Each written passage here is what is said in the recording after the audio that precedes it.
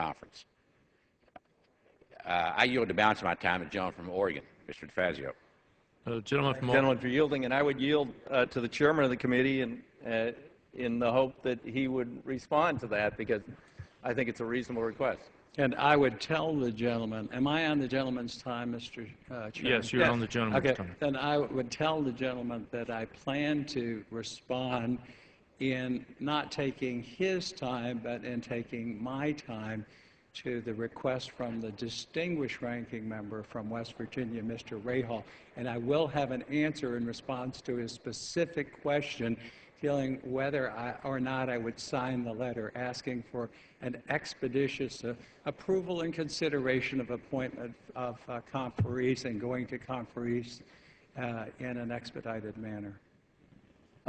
Reclaiming my time, I'm afraid I didn't quite catch that, but if the gentleman is saying that he wants to originate the letter making those points, I will tell him right now I would sign it, and I believe the gentleman from West Virginia would sign it. If that's the problem, that he was insinuating that we in the minority would initiate the letter, the point is we would love to have the chairman write the letter and be willing to sign it.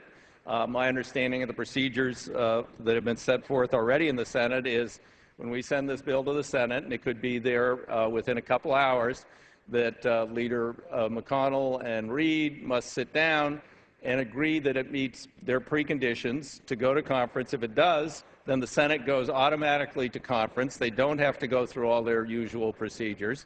And then they would send a request for conference back to us, which could be here tonight or early tomorrow morning, and we could appoint conferees tomorrow, and we could begin negotiating the bill. I'm willing to clear my weekend schedule. I have things scheduled. I'm willing to clear my weekend schedule. I hope to be a conferee on our side of the aisle to go to conference, because we really need to get the certainty the states need. Every day, states are announcing delays and cancellation of projects for this construction season, which for those of us who live in the northern part of the country, not down in Florida, means they don't get done this year.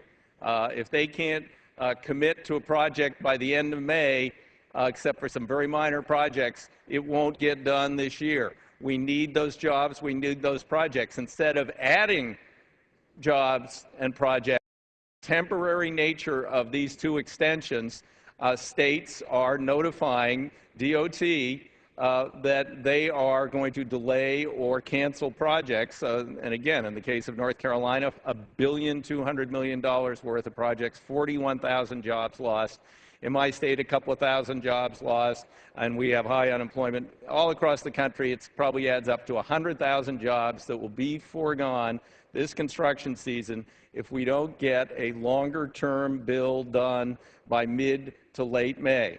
I think it's entirely possible, and as I said, on this side of the aisle, we want to expedite going to conference. That's the reason we will support this bill despite some of its faults, because the majority has shown a willingness to sit down seriously and get this done, but we can't delay. We have to move forward with all dispatch. Let's start tomorrow. Let's work through the weekend. Let's work through the next break. We've already had 10 or 12 or 15 breaks this year. Let's work through the next break. I'll cancel my schedule for that break too, and get this bill done for the American people, for our transportation system by mid-May. With that, I would yield back my time to the gentleman. Gentleman. As we are all anxiously awaiting the chairman to respond on